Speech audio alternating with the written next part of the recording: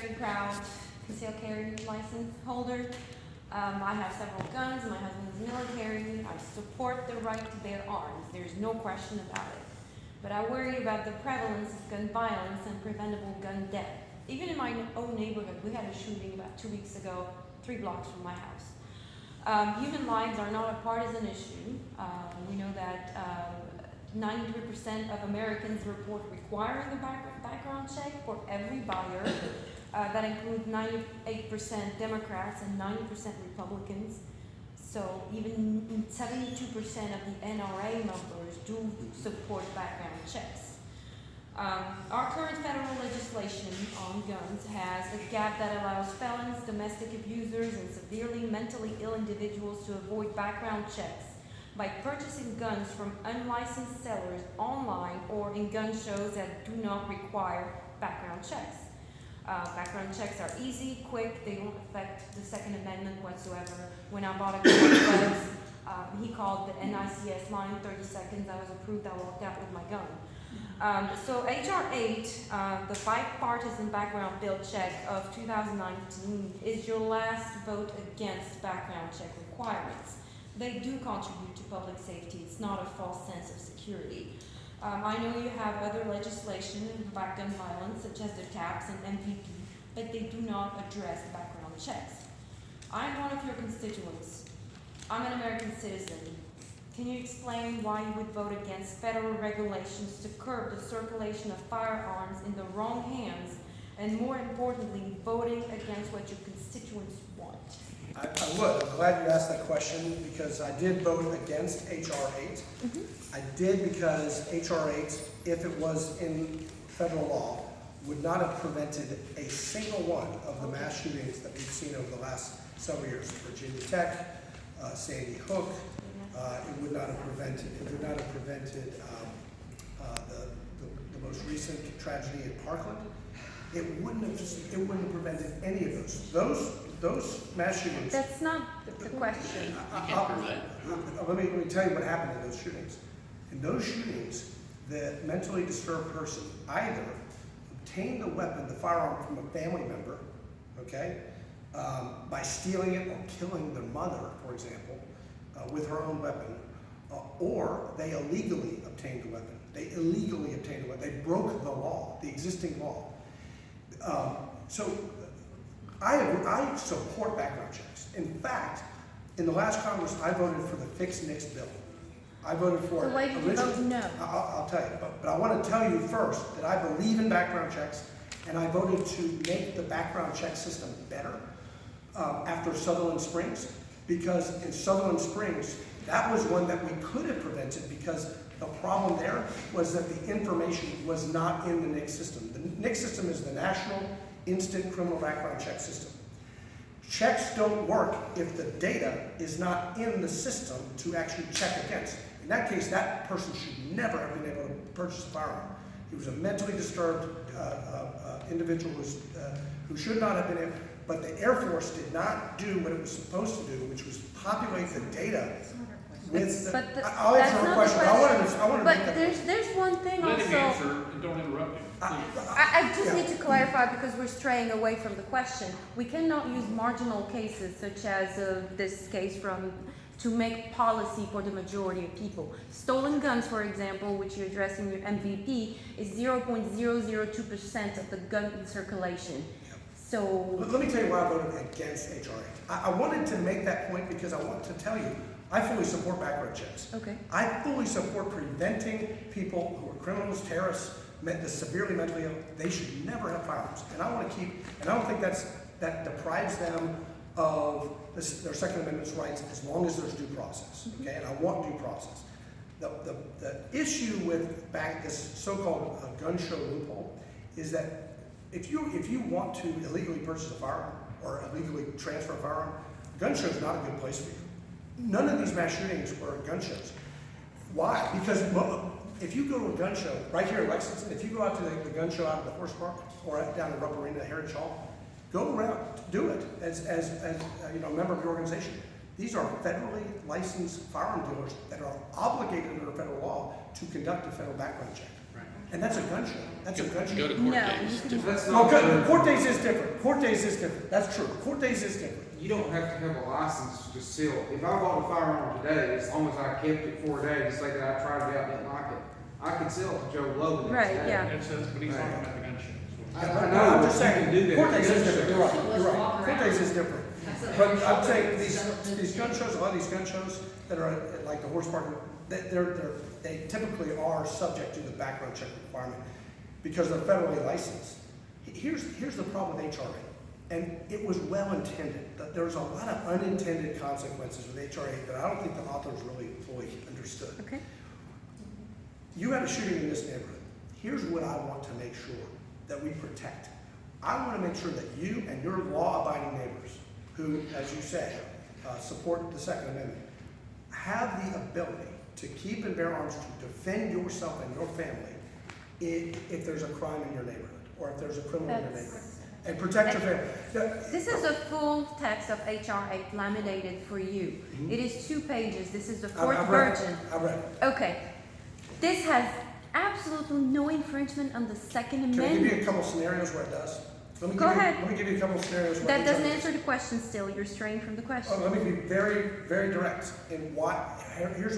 Give you an example of where HR8 would create jeopardy for a victim of domestic violence. If you're a victim of domestic violence and you call your neighbor and ask, and you're under threat, and you have an ex-boyfriend or you have an ex-husband who is threatening to kill you, and you know that you don't have a firearm, but your neighbor does, it would be a federal crime under HR8 for that neighbor to transfer that firearm at that point in time. Okay? Let me give you another example. If you are an owner of a firearm or a collection of firearms, say you're a hunter and you have a lot of firearms and you have firearms in your home and you have an 8-year-old son and that 8-year-old son is having a sleepover party and you want to get those guns out of your home on a temporary basis, it's a federal crime for you to do so under HR8 because you cannot move those guns to another location. You can if it's in a closed case, actually. My point is, there's a lot of unintended consequences with HR8 that actually put people in danger. And I think this is not a well thought out piece of If legislation. there is a bill that will solve a large majority of the problems, and you keep focusing on the smaller exceptions, that is not helpful for your constituents. So what have you written in, if you say you're in favor of background checks, except from the MVP and TARP that do not address that issue, what is your background check requirement bill that you have sponsored in 6 years in Washington? Well, so what I want to make sure is that the background check system actually works well, so that the database is populated accurately on time, so that when there's a check that actually happens, there's a hit. Also, the FBI, and I've especially since the Pulse event, and especially after Florida, after Parkland, we need to make sure that we hold law enforcement, whether it's the FBI or local law enforcement, accountable for actually taking action when there is a hit. So that terrible case in Parkland where all the warning signs, where they had all the information, and there wasn't intervention by law enforcement when all the signs were there.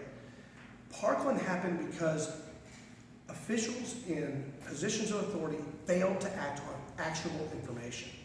And so I've supported legislation to create fusion centers, to get the FBI information, to eliminate the bureaucracy and the reporting requirements. All of that is very, very important. I support robust background checks, but what I do not support is legislation that would prohibit a private, personal transfer of a firearm from a father to a son. Oh, it's I know that. Exception. I know HR8 has exceptions for families. I know that. Thank you. I know that. So why would you say I know that? it does. Because other proposals do have that. Okay, but not this one. Not that one. Okay. But I don't want a national registry. There's no registry. I think a national the only way that works is with a national registry. The only way HR8 works, the only way it could work is with a national With the registry. It doesn't have it. With the NICS. So my only point is, I respect the fact that we have a difference of opinion on this. But my belief is that we need to make sure that the background check system that we have works, that it's acted upon, and that the law enforcement community actually is responding in cases where there is when they have the information. And we had a systematic failure down the line in the case of Parkland, where we didn't have the intervention that we needed in that case. So would you be willing to work with your constituents, with organizations such Of as course. Mom Demand Action? Of course. We left our information with your aide over there, so if you don't mind meeting with us, and we'd love to work Yes. with you. You're Absolutely. representing us, so Absolutely. we just had a lot of concern about HR8 because it was such a short bill addressing one small problem, one large I'd problem. be more than happy to do that, and I've met with other Moms Demand Action groups or similar groups. You know, look, I got two kids in school. I care about school safety big time. We all do, and so, and that's why I've supported legislation that helps with school safety. I work with Manny Koch. I've talked to Manny Koch, and I applaud him for some of the actions that he's taken to make sure that our schools are safer. We're working with the American Institute of Architects. They've got some really good ideas about utilizing their services in a more robust way to retrofit some of the schools and to do assessments. There's a bill that I've co-sponsored that would require or create a grant fund for school districts to access security audits the same way that federal buildings have security audits.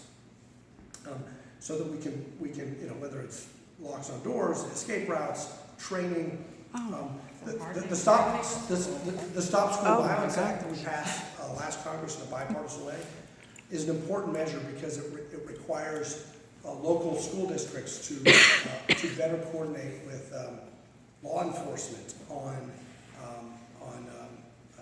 you know, school safety action plans and training of local officials so that the first responders can get there and have training and make sure that we prevent these tragedies from happening. But just know that I take our constitutional rights seriously, not for criminals, but for law-abiding Americans.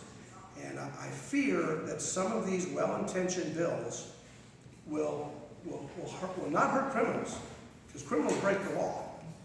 It will not prevent school shootings. It will not prevent movie theater shootings, because these people are seriously mentally ill or they're criminals. But what it will do is it will disarm law-abiding Americans. And that's what I do not want to have happen. That's incorrect, but thank I'm you. sorry to cut this conversation